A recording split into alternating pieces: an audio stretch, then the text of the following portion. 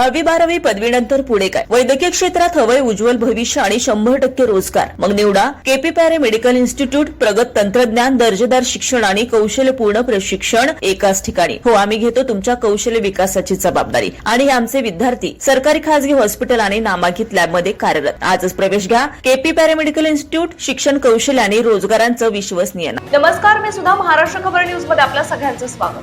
अंमली पदार्थांच्या गैरवापराविरोधात पुणे पोलीस आणि अन्न आणि औषध प्रशासनाने मिळून एक मोठी संयुक्त कारवाई केली आहे. युवकांना व्यसनाच्या गर्तेत ढकलणाऱ्या एका मोठ्या रॅकेटचा पर्दाफाश करण्यात आला असून लाखो रुपयांच्या बेकायदेशीर औषध साठ्यासह दोघांना बेड्या ठोकण्यात आल्या आहेत.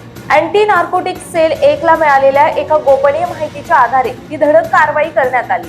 ताडीवाला रोड परिसरात मुकेश गुराराम सिरवी नावाचा 28 वर्षीय युवक कोणताही परवाना नसताना 5 ट्रान्सन्स प्लस या ट्रामाडोल युक्त औषधाची बेकायदेशीर विक्री करत होता. FDA आणि पोलिसांनी ताडीवाला रोडवर सापळा रचून छापा टाकला तेव्हा तिथे उपस्थित अधिकाऱ्यांचेही डोळे पांढरे झाले. तपासणी दरम्यान या प्रतिबंधित औषधांचा प्रचंड मोठा साठा जप्त करण्यात आला. या कारवाईत पोलिसांनी तब्बल 73 बॉक्समधून 10,492 कॅप्सूल जप्त केल्या, ज्याची किंमत सुमारे 68,328 रुपये एवढी आहे.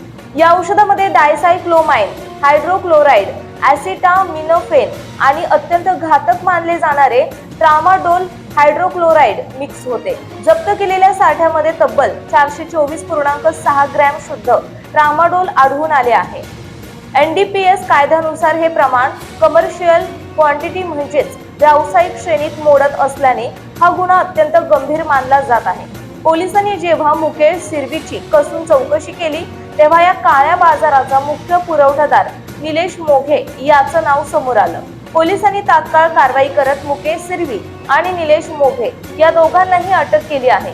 अन्न आणि औषध प्रशासनाचे कडक शिस्तीचे आयुक्त तुकाराम मुंढे यांनी या कारवाईनंतर ड्रग्ज माफिया जंग पछाडले तरी सोडणार नाही असा इशारा दिला आहे.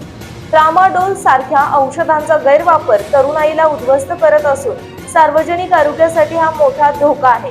अशा बेकायदेशीर कृत्यांमध्ये सामील असलेल्या एकाही गुन्हेगाराला सोडणार नाही अशी कडक भूमिका मुंढे यांनी घेतली आहे.